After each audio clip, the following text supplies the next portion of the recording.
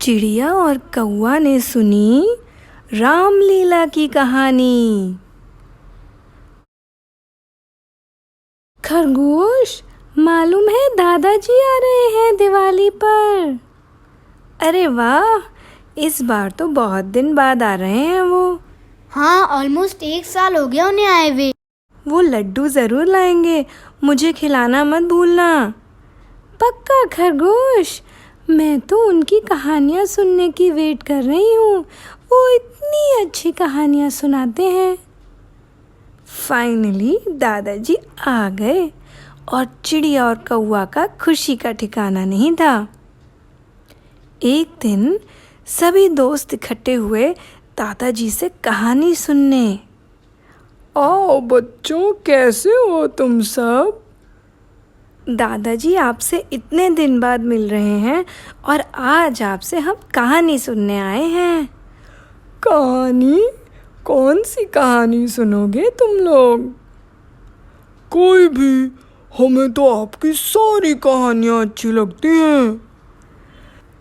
चलो, मैं तुम्हें सुनाता हूँ रामलीला की कहानी।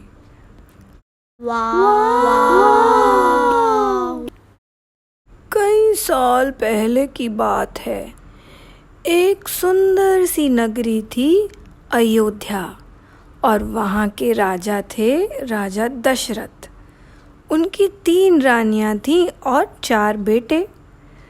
राम राजा दशरथ के सबसे बड़े और सबसे चहेते पुत्र थे। एक दिन राजा दशरथ ने सोचा कि अब उन्हें राम को राजा घोषित कर देना चाहिए। राम अब सब सीख चुके थे और अब राजा बनने की जिम्मेदारी वो अच्छे से संभाल सकते थे। लेकिन ये बात महारानी कैकेयी को बिल्कुल पसंद नहीं आई। लेकिन क्यों दादाजी? क्योंकि वो चाहती थी कि उनका बेटा भरत राजा बने और राम नहीं। महारानी कैकेयी राजा दशरथ से इतनी नाराज हो गई कि उन्होंने अपनी जिद मनवा ही ली। कैकेयी की इच्छा थी कि उसका बेटा भरत राजा बने और राम को 14 सालों तक महल से दूर वनवास भेज दिया जाए। राम ने अपने पिता से कोई सवाल नहीं किया और अपनी बीवी सीता और भाई लक्ष्मण के साथ वो वनवास चले गए। लेकिन वो राजपाट सब छोड़कर वनवास जाने के लिए क्यों तैयार हो गए? क्योंकि वो अपने पिता की बात को मना नहीं कर सकते थे। वो बहुत आज्ञाकारी और सच्चे मन के थे। उसके बाद जंगलों में उन्होंने अपनी एक छोटी सी दुनिया बसा ली। वो एक कुटिया में रहते थे और एक साधारण सी जिंदगी बिता रहे थे। एक दिन एक बहुत खूबसूरत औरत राम के पास आई और उनसे शादी करने की इच्छा जताई। राम ने इनकार कर दिया तो उसने उनके भाई लक्ष्मण से पूछा। जब लक्ष्मण ने भी इनकार कर दिया तो उसको गुस्सा आ गया और वो अपने असली रूप में आ गई। क्या था उसका असली रूप दादाजी?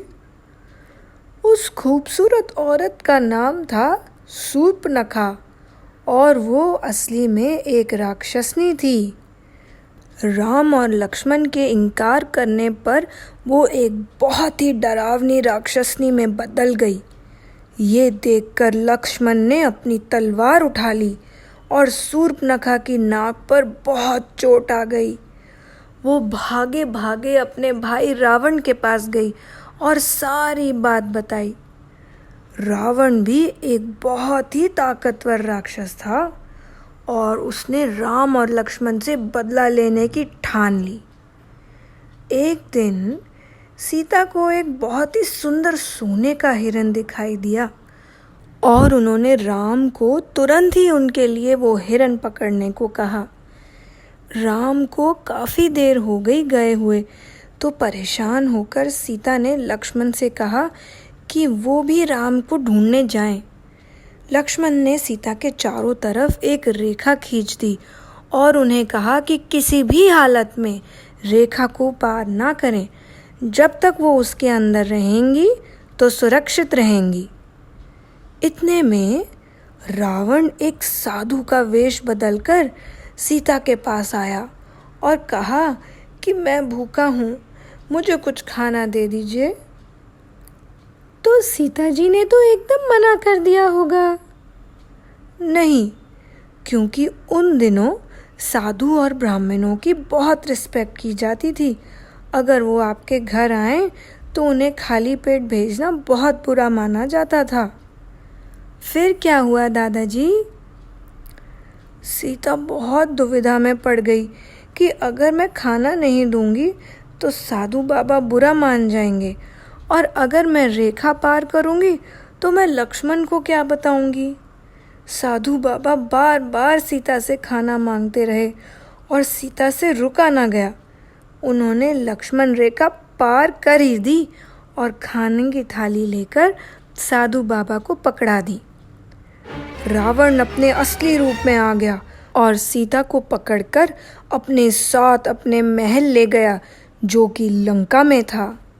सीता खूब चिल्लाई, राम लक्ष्मण, लेकिन कोई नहीं आया। जब राम और लक्ष्मण घर पहुंचे तो उन्हें बहुत दुख हुआ और वो तुरंत ही सीता को ढूंढने निकल पड़े। सीता को ढूंढते ढूंढते उन्हें रास्ते में मिले हनुमान और उनके साथ राजा सुग्रीव की वानर सेना, जिन्होंने राम का साथ देने की ठान ली। वानर कौन होते हैं दादाजी? वानर होते हैं आधे बंदर और आधे इंसान। उनमें से सबसे शक्तिशाली थे हनुमान। हनुमान बहुत बड़ा रूप धारण कर सकते थे और कभी बिल्कुल एक चींटी जितना। वो एक ही छलांग में पूरा समुद्र भी पार कर सकते थे। जब राम, लक्ष्मण, हनुमान और वानर सेना सीता को ढूंढने निकले तो रास्ते में एक बड़ा समुंदर आया। राम ने हनुमान को कहा कि वो सीता को मिलें और उन्हें बताएं कि वो जल्दी अपनी सेना लेकर आएंगे, और तब तक वो सोचेंगे कि सारी सेना को समुद्र के पार कैसे करवाएं। सभी वानरों ने समुद्र के किनारे पर पड़े पत्थरों पर राम का नाम लिखकर समुद्र में फेंकना शुरू कर दिया, और धीरे धीरे करके पत्थरों का एक पुल बन गया। इतने में हनुमान भी वापस आ गए और सब पुल पार करके लंका पहुंच गए। दोनों सेनाओं के बीच खूब घमासान युद्ध हुआ। राम की सेना ने सभी राक्षसों को मार डाला, सिवाय रावण के।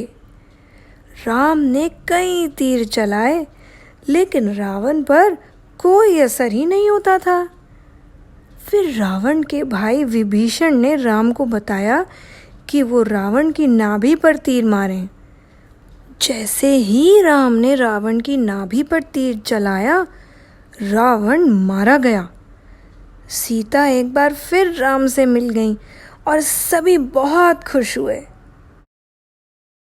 मुझे पता है, इस दिन को दशहरा बोलते हैं।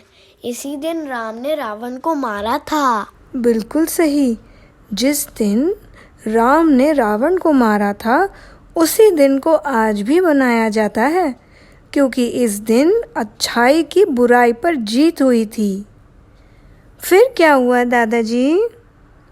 फिर इसी बीच राम के वनवास के 14 साल भी खत्म हो गए और वो तीनों, राम, लक्ष्मण और सीता, अयोध्या लौट आए।